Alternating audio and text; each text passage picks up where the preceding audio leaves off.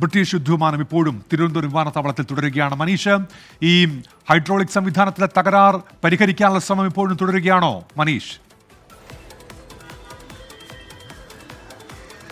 ഉന്മേഷ്, ആദ്യഘട്ടത്തിൽ കാര്യക്ഷമമായ ഇന്ധനമില്ല. ഇന്ധനം കുറഞ്ഞതിൻ്റെ പേരിലാണ് തിരുവനന്തപുരം അന്താരാഷ്ട്ര വിമാനത്താവളത്തിലേക്ക് ഈ വിമാനം, അതായത് യുദ്ധവിമാനം അടുപ്പിച്ചത് എന്നുള്ള വിവരമായിരുന്നു ആദ്യം പുറത്തു വന്നത്. പക്ഷേ ഇന്ധനത്തിൻ്റെ ക്ഷമത മാത്രമല്ല, മറ്റു ചില സാങ്കേതിക പ്രശ്നം കൂടി F-35 എന്ന യുദ്ധവിമാനത്തിനുണ്ട്. ലോകത്തിലെ തന്നെ ഏറ്റവും വലിയ അത്യാധുനിക വിലയേറിയ യുദ്ധവിമാനം കൂടിയാണ്. അതുകൊണ്ട് തന്നെ അതിൻ്റെ പൂർണ്ണമായും സാങ്കേതിക പ്രശ്നങ്ങളെല്ലാം പരിഹരിച്ചതിന് ശേഷം മാത്രമേ ഇതിൻ്റെ ടേക്ക് ഓഫിന് അവിടെ നിന്നുള്ള അനുമതി ലഭിക്കുകയുള്ളൂ. നിലവിൽ 3 എഞ്ചിനീയർമാരാണ് ഇതിൻ്റെ ഈ വിമാനവാഹിനി കപ്പലിൽ നിന്നും, അതായത് 100 നോട്ടിക്കൽ മൈൽ അകലെയാണ് വിമാനവാഹിനി കപ്പൽ നിലനിൽക്കുന്നത്. അവിടെ നിന്നും 3 എഞ്ചിനീയർമാർ ഞായറാഴ്ച രാവിലെ തന്നെ എത്തിയിരുന്നു. ഒപ്പം തന്നെ ഒരു പൈലറ്റും എത്തിയിരുന്നു.